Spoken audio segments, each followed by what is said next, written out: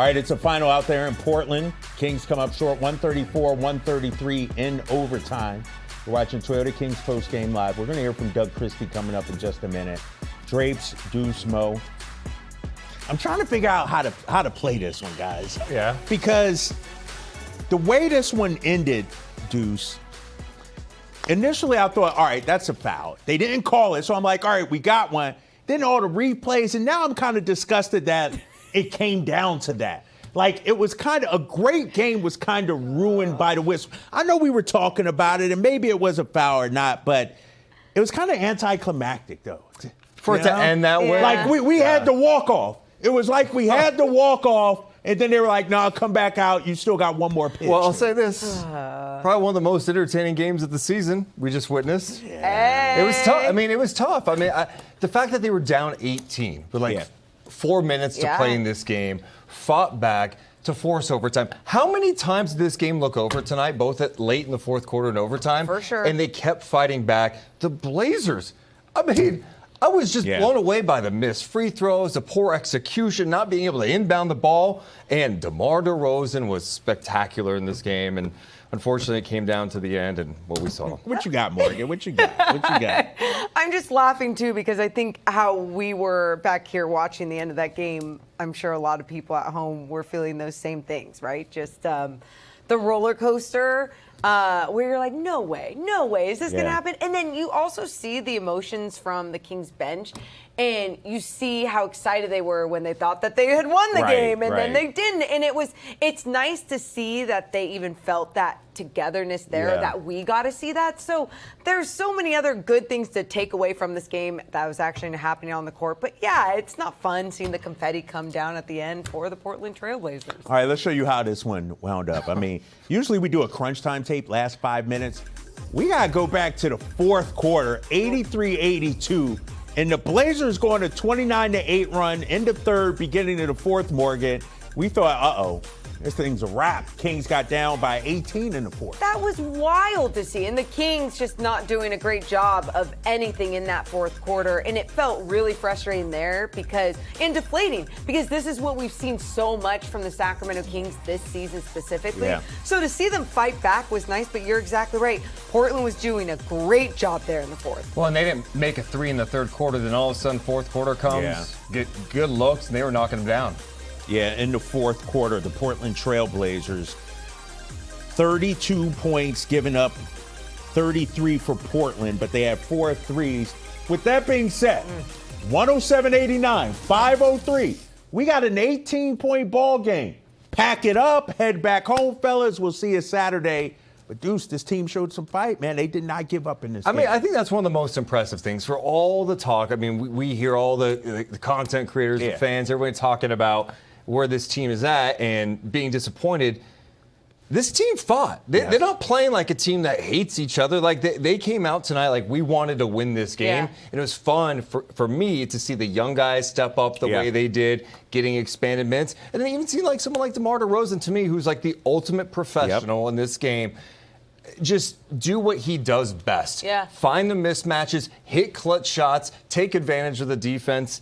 There was so much good from Sacramento in the late stages of this game. Yeah, I didn't know I was going to feel this way after this one, especially because we saw how the collapse was happening in the fourth quarter.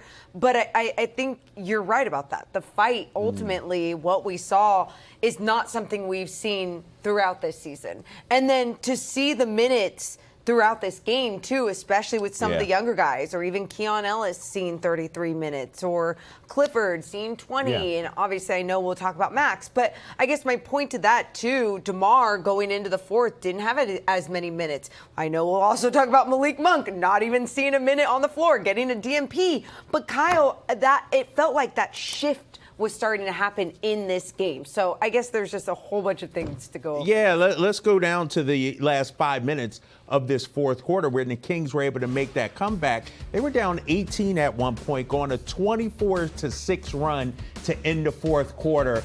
Mo, what did you see down the stretch? Was it just DeMar doing his thing?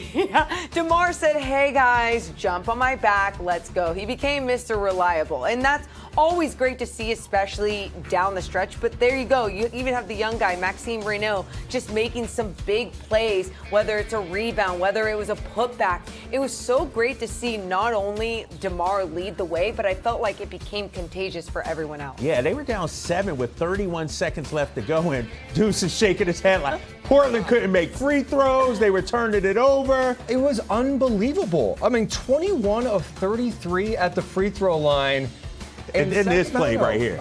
Oh, that can't watch so it. quick. I know, I'm embarrassed for them. That's awful. I mean, you Stonehenge. execute, Yeah. and you walk away with this game and miss free Oh, throws. Like, that. here's even that play. And then that. Oh, I about lost my mind. You're thinking, okay, I thought that was the it's game over. right there. It's yeah, over, I right? thought that was it. I was like, man, this is how we going to lose like this. But no, they stayed with it.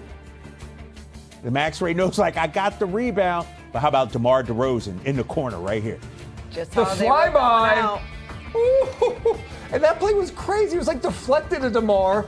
He gets the flyby, and oh, you can't jump when he's got that, but it's so hard, right? Late game, you're like, Yeah. he's going for a three, but DeMar so good with that pump fake. Yeah, DeMar is huge. Mark and Katie talked about just how clutch he is. 8 points in that fourth quarter. Those are coming down the stretch, too. I'm talking last 2 minutes. Also, Russ had 8 in that fourth. So we go to overtime. You guys feeling good about OT? How you feeling at that point? Well, you know? at that point, I wasn't sure what to even think, but it felt like the Kings in their fight, they had it. They had something going on, but Jeremy Grant started getting hot quick in that overtime. Yeah, he had 7 in that OT. But then DeMar DeRozan, how about this? 14 in overtime for DeMar. And that was a big one there, too, right? In transition, attacking ends up being an and one opportunity. Then Grant, this time puts it on the deck. Nice little find in there. Sissoko to Grant. That made it 129-124. But here come the Kings again. 132-126. I mean, DeMar. come on. That's Come contested. on. Oh, my gosh. What a shot by DeMar. 132-129. All right, all you got to do is get the ball in bounds if you're Portland, right? How could they Great not play get that? by Keegan Murray, though, Yeah. jumping that passing lane. So they foul DeMar. He goes to the free throw line, knocks down the free throws. 132-131, I believe, at this point. Here he is, 8. He got the match he wanted. Sissoko was on him. He got the switch, and that's a bucket for him. Nasty. Yeah, that's his shot right there. We didn't show the Klingon missed free throws either, as you see Avdia right here. Oh, yeah.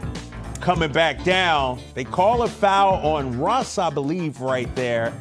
Did the Kings get robbed on that, guys? No, What do you think? I thought Russ got him on the arm, or at least Avdia did a good job of just kind of initiating the contact either way. It seemed like it was a foul. Here's the problem with it. It felt like it was an hour late. You know what I mean? was. Right, Like right. the Kings are pumping their Celebrating and everything, yeah. And it's like, no, there's a foul called. And it did look like Russ went into him initially. Yes. Yeah. But Denny was also initiating contact. He was taking it hard to the rack and trying to draw contact, and it worked. In the first quarter, that's a foul. Should they make that call at that stage of the game? Ooh. I mean, I'm a big believer in if it's a foul, you call it. Okay, Yeah. just call Okay. it. But here's what I want to say. Can we get a coach? They didn't have a timeout at that point, but Right. like I think they need to bring back a coach's challenge in the overtime. Give them an session. extra one in? Yeah, you know, even if you're out, Well, bring if it you back. have timeouts, maybe not. But yeah, what I'm But saying. aren't though- those like, but the reviews are all triggered. You're saying for a situation like that. Yeah, where you go, hey, if you don't think it's a foul, we should be able to review that in that situation. But they made a challenge earlier in the game and lost it. And then the game could have lasted 20 more minutes, and that would have been great to see, too. Really? Come on, guys. Hey, I need a win. That's all I'm saying, Morgan. We want to get home. I agree, but all right. So the Kings fall in this one, 134. Portland gets. We'll see these guys again on Saturday. Sum up this one, if you would, Morgan. I mean, because the emotions of this one, it was like, all right, we're going to lose again, down by 16, down by 18. Oh, we might win this. We're going to win. And then it's just, we were all over the place. Yeah, I don't feel crushed right now. I feel more like the word would be like fight. And I am so proud to say that in a loss where we saw this team down by as many as 18 points in the fourth quarter, but they kept fighting back. Sure, we saw Portland also do a really good job of not being able to execute so many different things, but the Kings did a good job of capitalizing on that. And I just was so happy to finally see a game this season where the Kings aren't losing by 20 or 18 or double digits, whatever it is. I feel bad for the guys in the locker room because, they wanted this. I think the group, they just, like Kyle just said, they just need a game, right? Morale. It's been forever, and they're 6-21 now. They played well enough in stretches to win this game tonight, so I think that's what's the unfortunate thing for sure. Let's get to our Mercedes-Benz of Stockton star player of the game, and we got to give love to Max Reynoa, career night. 29 points, a career high, 11 rebounds.